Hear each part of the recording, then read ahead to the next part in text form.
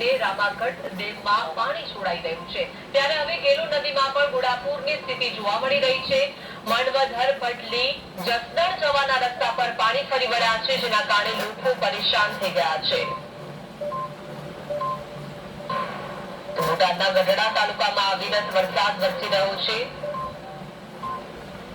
વધુ માહિતી સાથે સંવાદદાતા રાજુ જોડાઈ ગયા છે। રાજુ, બોટાદના ગઢડા તાલુકામાં અવિરત વરસાદ વરસી રહ્યો છે, ગેલો નદીમાં પણ ઘોડાપૂરની પરિસ્થિતિ જોવા મળી રહી છે, કેવી સ્થિતિ અત્યારે ત્યાં? વાત કરીએ તો છેલ્લા 4 દિવસથી સમગ્ર બોટાદ જિલ્લાની અંદર ઓછો તો વધારે વરસાદ માહોલ જામ્યો છે।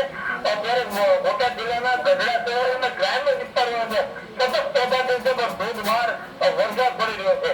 ગઢડા શહેરની અંદર બપોરના આજે ચોથા દિવસે વરસાદ શરૂ થયો હતો અને સામે ભારે વરસાદ પડતા શહેરના જેટલા મુખ્ય રસ્તાઓ છે તે પાણી થઈ ગયા હતા। ત્યારે ઉપરના ગામોની અંદર માંડવધાર, કેળાળા, રામપરા તેમજ જસદણના ભજની સહિતના આ બધું વાવડી ઇતરિયા સહિતના ગામોની અંદર મુસળધાર વરસાદ પડ્યો હતો અને જેના કારણે લીંબાળી ડેમના 5 દરવાજા ખોલવામાં આવ્યા હતા, જેથી ગઢડા શહેરમાં જે રમાઘાટ ડેમ છે તે ઓવરફ્લો થયો છે અને ત્યાંની ગેલો નદી ગાંડી ટોપ થઈ છે અને હાલ ગેલો નદીમાંથી પસાર થવાના જે રસ્તાઓ છે તે બંધ કરાયા છે। ગઢડાથી જસદણ તરફ, માંડવદર તરફના પણ રસ્તાઓ